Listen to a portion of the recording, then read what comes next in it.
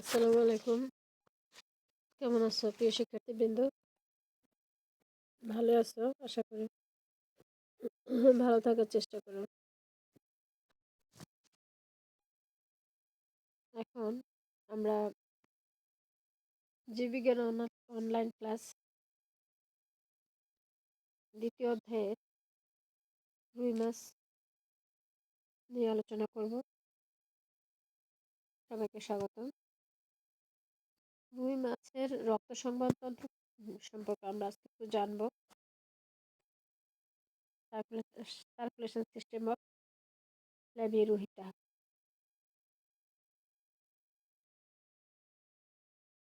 সাধারণত আমরা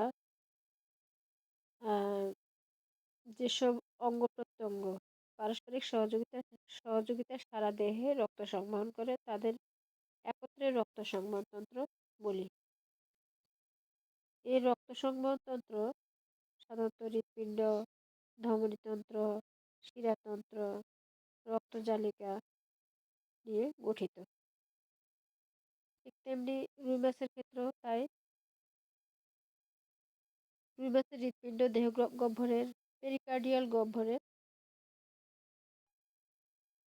অবস্থিত। ফুলকাগুলোর ঠিক পিছনে এটি অবস্থান করে। এর প্রাচীর পেরিকার্ডিয়াম নামক আবরণ দ্বারা আবৃত থাকে।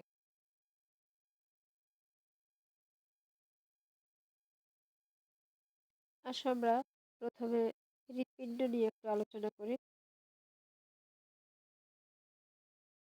রুই মাছের হৃৎপিণ্ড একটি উপপ্রকোষ্ঠ ও দুইটি প্রকোষ্ঠ নিয়ে গঠিত। সাধারণত মানুষের 4টে প্রকোষ্ঠ থাকে, কিন্তু রুই মাছের ক্ষেত্রে আমরা 2টা প্রকোষ্ঠ আর একটা উপপ্রকোষ্ঠ দেখতে পাই।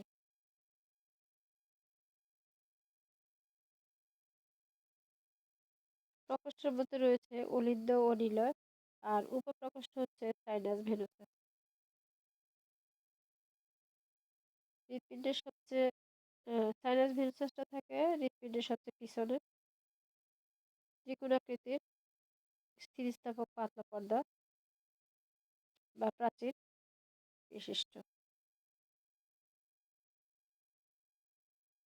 এটি পার্শ্ব দিকে 2টি বৃহৎ শিরা এবং একজন হেপাটিক সাইনাসের মাধ্যমে রক্ত সংগ্রহ করে। রুই মাছের হৃৎপিণ্ডের লম্বচ্ছেদে আমরা যেই অঙ্গগুলোকে চিহ্নিত করতে পারি সেটা হচ্ছে বালবাস আর্টেরিওসাস, নিলয় এবং অলিন্দ, আরেকটা হচ্ছে সাইনাস ভেনুসাস।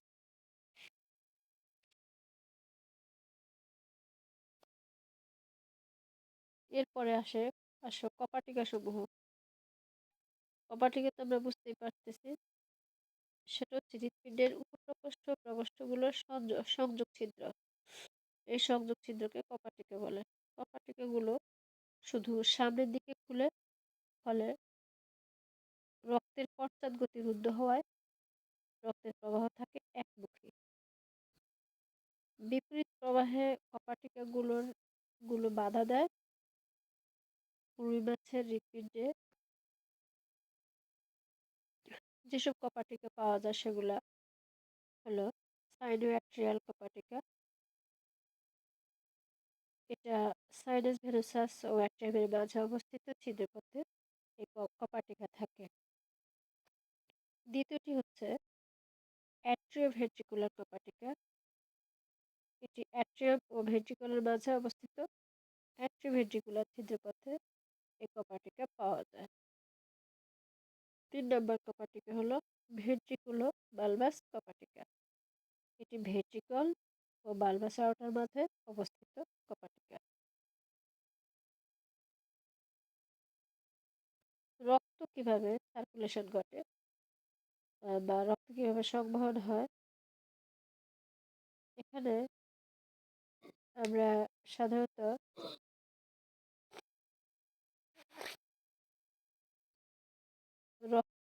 প্রবাহের মাধ্যমে আমরা জানি অক্সিজেন যুক্ত হয় রক্তে, আর কার্বন ডাইঅক্সাইড বের হয়ে যায়। তো প্রথমেই ফুলকার মাধ্যমে আহ, বাতাস থেকে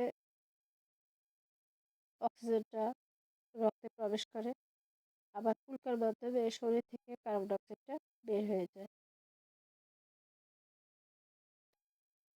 আর এই ফুলকার সাথে থাকে ইফারেন্ট ধমনী, সেখান থেকে অক্সিজেনযুক্ত রক্ত আহ, প্রবাহিত হয়ে সমগ্র দেহে যায়। আর সমগ্র দেহ থেকে কার্বন ডাইঅক্সাইড যুক্ত রক্ত ডাক্টাস টুভেরি এর মাধ্যমে সাইনাস ভেন্ট্রাসে আসে, সেখান থেকে আসে অ্যাট্রিয়ামে, আর অ্যাট্রিয়াম থেকে ভেন্ট্রিকলে, ভেন্ট্রিকল থেকে এফারেন্ট ধমনী, আর এফারেন্ট ধমনী থেকে ফুলকাতে যায়। আর এই ফুলকাতে যেয়ে কার্বন ডাইঅক্সাইড বাতাসে বের হয়ে যায়। তাছাড়া আমরা একটু সংক্ষেপে জেনে নিলাম। আমি আবার বলছি তোমাদেরকে, ফুলকা থেকেই কার্বন ডাইঅক্সাইড বের হয়ে যায় বায়ুতে, আবার ফুলকাতেই বায়ু থেকে অক্সিজেন রক্তে প্রবেশ করে। এটা দেখি সিস্টেমটা কিভাবে হয়। রুই মাছের হৃৎপিণ্ড ভেনাস প্রকৃতির, কেবলমাত্র কার্বন ডাইঅক্সাইড সমৃদ্ধ রক্ত পরিবহন করে বলে এটা রুই মাছের হৃৎপিণ্ডকে ভেনাস হার্ট বলা হয়।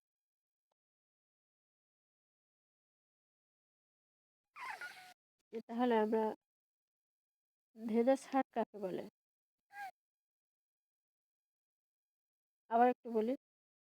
কেবলমাত্র কার্বন ডাইঅক্সাইড সমৃদ্ধ রক্ত পরিবহন করে বলে রুই মাছের হৃৎপিণ্ডকে ভেনাস হার্ট বা শিরা হৃৎপিণ্ড বলা হয়, কারণ শিরাতেই কার্বন ডাইঅক্সাইড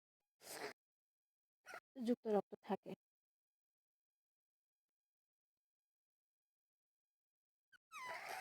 এই রুই মাছের রক্ত সংবহন প্রক্রিয়ায় রক্ত হৃৎপিণ্ডে প্রবেশ করে একটি মাত্র চক্র সম্পাদন করে, তাই এই ধরনের সংবহন প্রক্রিয়াকে এক চক্রে সংবহন বলে। তাহলে আমরা বুঝতে পারছি আহ রুই মাছের হৃৎপিণ্ড হচ্ছে ভেনাস হার্ট এবং এটা সংবহন প্রক্রিয়া হচ্ছে এক চক্রে সংবহন।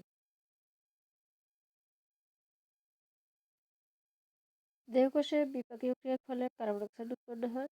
উৎপন্ন কার্বন ডাইঅক্সাইড শিরাতন্ত্রের মাধ্যমে ডাক্টাস টুভেরি হয়ে হৃৎপিণ্ডের সাইনাস ভেনাসাস এবং অসম্পূর্ণ প্রকোষ্ঠে প্রবেশ করে, আর সেখান থেকে রক্ত সাইনাসে এবং অ্যাট্রিয়াল কপাটিকের পথে অ্যাট্রিয়ামে ও পরবর্তীতে অ্যাট্রিওভেন্ট্রিকুলার কপাটিকের মাধ্যমে ভেন্ট্রিকুলে প্রবেশ করে। ভেন্ট্রিকল থেকে কার্বন ডাইঅক্সাইড যুক্ত রক্ত ভেন্ট্রিকো বালবাস কপাটিকের পথে বালবাস আর্টেরিওসাস হয়ে এফারেন্ট ও অন্তর্বাহী ব্রাঙ্কিয়াল ধমনীর মাধ্যমে ফুলকা প্রবেশ করে। ফুলকা কার্বন ডাইঅক্সাইড ও অক্সিজেন গ্যাসের বিনিময় হয়। অক্সিজেন ফুলকা প্রবেশ করে এবং ইফারেন্ট ও বহির্গামী ব্রাঙ্কিয়াল ধমনীর মাধ্যমে সমগ্র দেহে প্রেরিত হয়।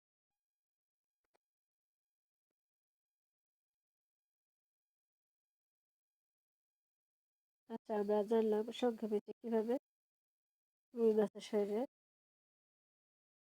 রক্ত সংবহন সম্পন্ন হয়।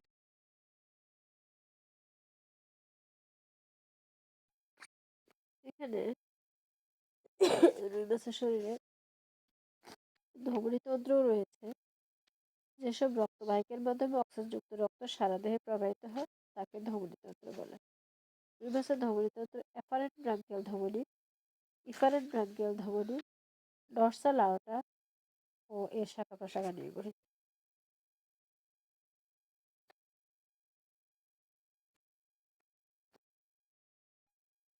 তাহলে আজকে আমরা